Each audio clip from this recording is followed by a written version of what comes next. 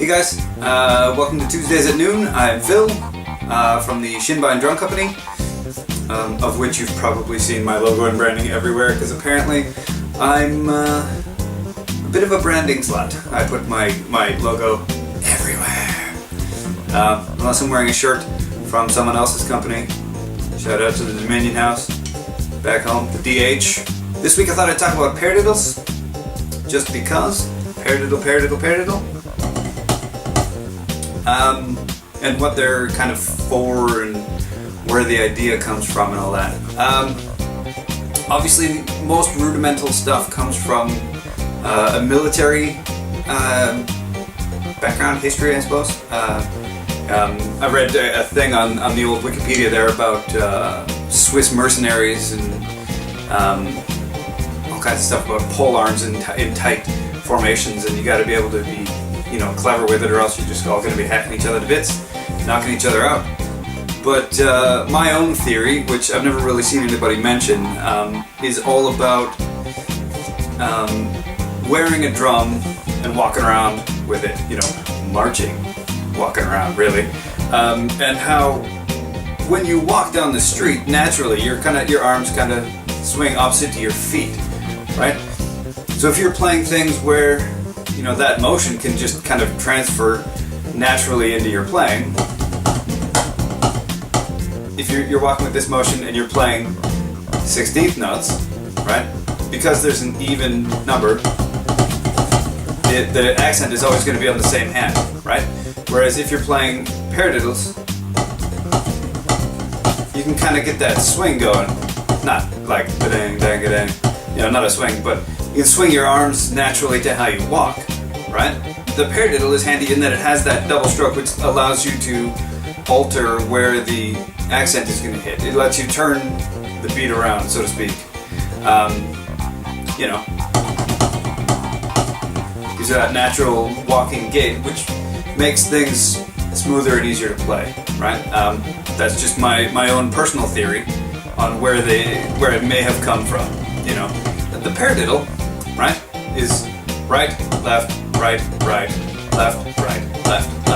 That's what we were all taught, right? Back when we were still learning how to do this stuff. Right, left, right, left, right, left. Yeah, but there are variations and permutations that are also paradiddles, right? Like, it doesn't necessarily have to be single, single, double.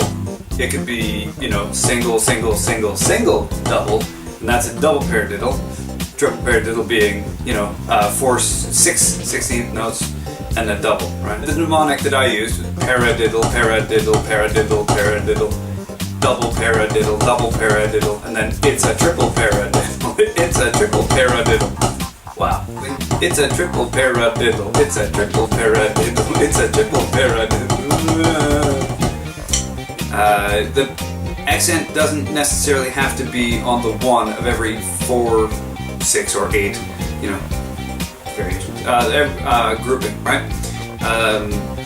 Doesn't necessarily have to be right, left, right, right, or sorry, right, left, right. It can be, right, left, right. Your classic paradiddle, right? 16th notes, paradiddle, has an accent at the beginning, right? But what makes the paradiddle handy at higher speeds, right, is the double before the accent. That is the whole point. Because when you're going dub, you got that time to get that way the heck out of the way.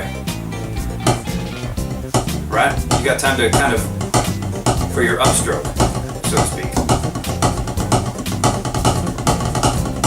Right? Another thing the paradiddle is very handy for nowadays, in the modern world of playing on your drum set, is changing directions when you're going around, right? Or changing the lead hand, right?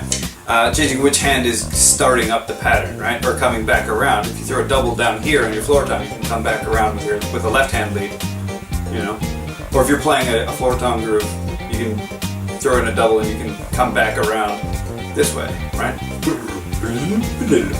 Another thing that I personally do with paradiddles, a little warm-up I've been doing for years now. Your accents, you keep them fairly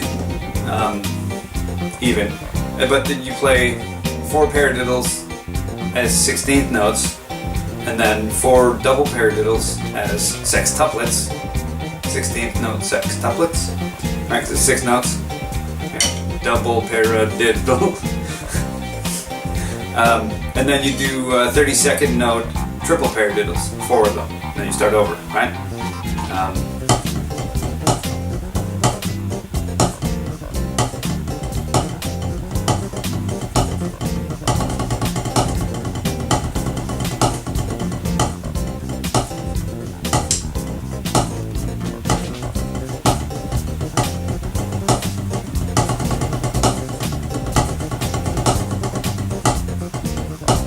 Etc.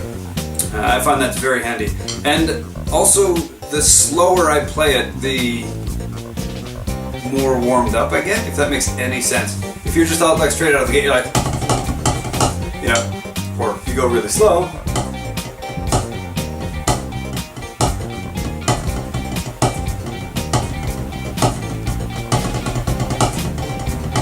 you know, yeah, it's just better. And remember, if you like this, you know, let me know. As always, if you got things you want me to look at or talk about in these, put them down in the comments below.